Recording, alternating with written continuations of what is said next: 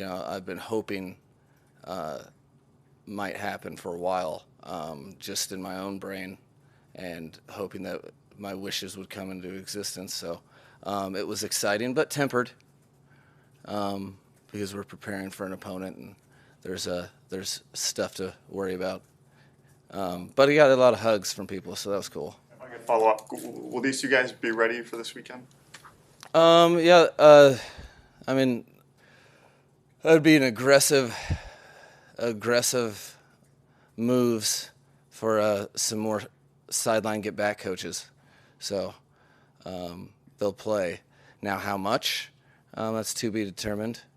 I was considering playing Jeff on offense and Bradley on defense, but outside of that, we'll be working through it for this week, and it'll be fun. I'm excited for the team because both of those individuals are excited to be a part of this team. We're very happy with the direction we're going, and hopefully that will help push forward and continue that direction. Chris wouldn't do it, but he deserves, obviously, a lot of credit for the team he's put together. Yeah, let's knock it up for Chris. That's what I did in team meetings. We're knocking it up. No, just the impact he's had on the roster over the last. I mean, it directly impacts coaches, and from the minute I got here, what I was so impressed with, you see on paper. I just know from firsthand experience what losing streaks are like, and I know how tough it is to start an NFL season, with on the heavy side of the loss column.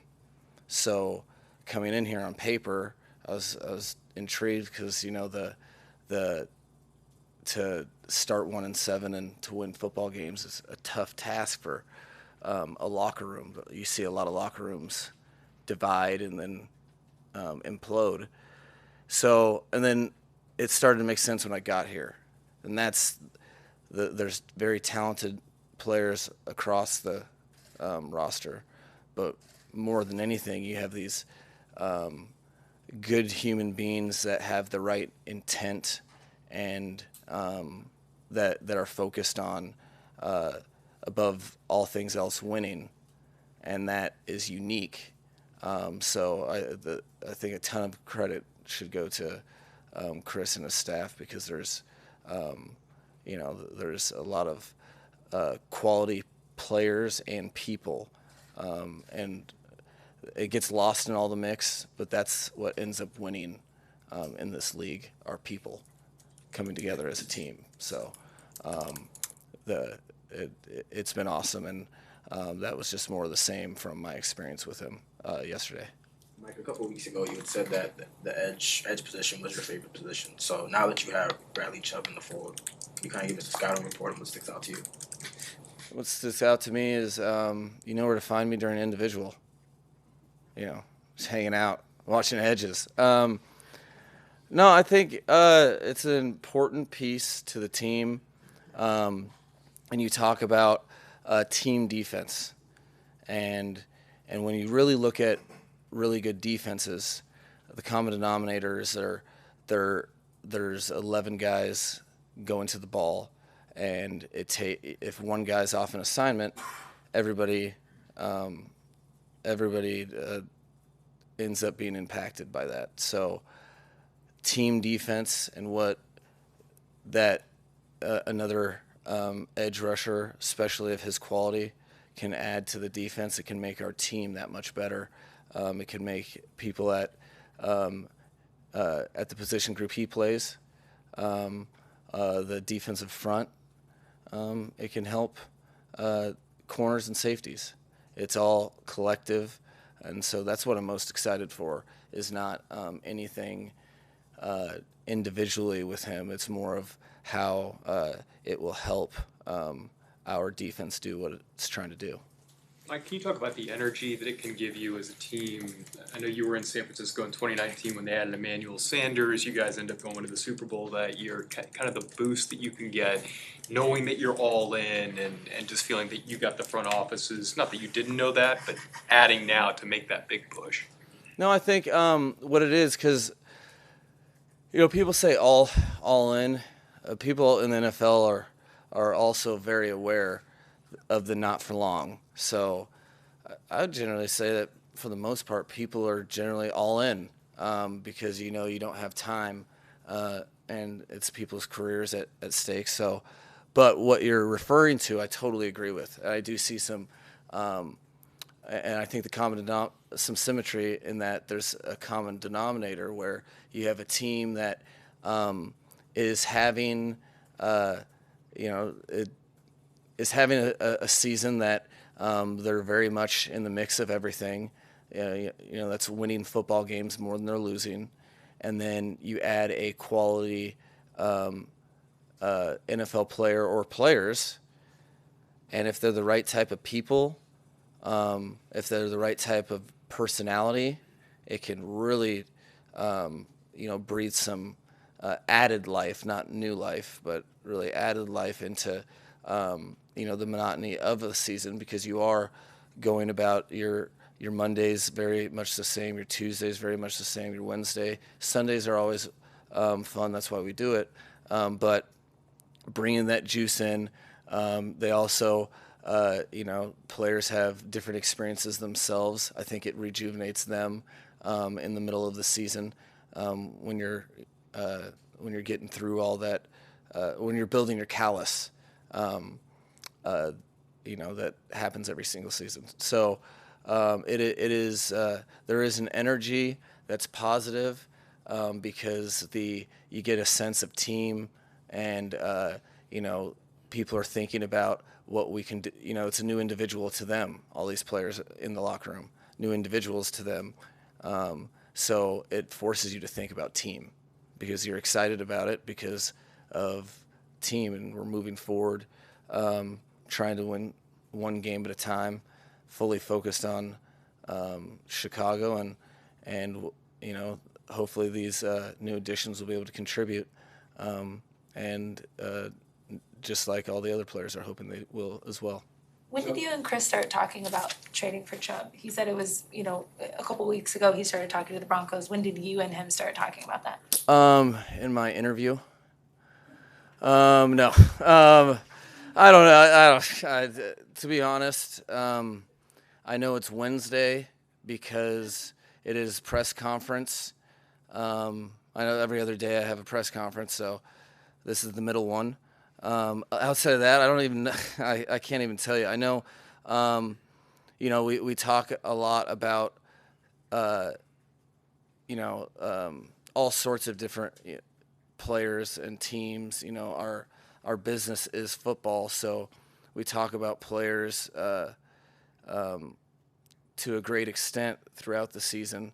And I'm not sure really when he came up specifically. Then there's a time where teams start discussing that option, and quite honestly, I couldn't even tell you when that was. But it's something that.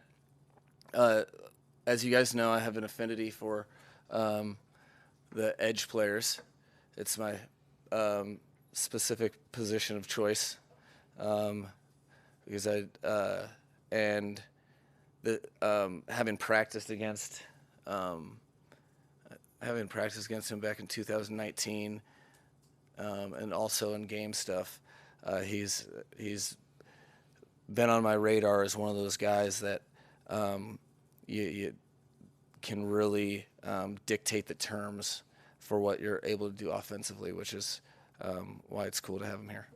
You've been committed to Tua since you got here, but us as media, we see this trade. We see you guys giving up a first-round pick for 2023, and we see that as sort of doubling down, as we talked, and being all in on Tua as your quarterback. Are we thinking about this trade in the correct way of what it means as it relates to Tua? No, it's a good question. We all agree with that? We all feel that way? Well, Yeah, I would say you're right on all fronts that from the get-go that I've fully seen Tua as our quarterback for this team and this franchise. I think he's an unbelievable talent, and so I guess in a roundabout way, I think that implication. I think that's fair, but that it's not something that we all of a sudden rethought after he had a good game. This is something that since I've been here, I've kind of known, and we've been able to operate with that in mind, with all the things that we've done. Wilson, what did you like about his game, him as a player, him as a person, from your time with him in San Francisco? Well, so Jeff's it's a cool story because he was as an undrafted, or he was when he was coming out of college. I actually flew down on a vacation day and worked him out at North Texas.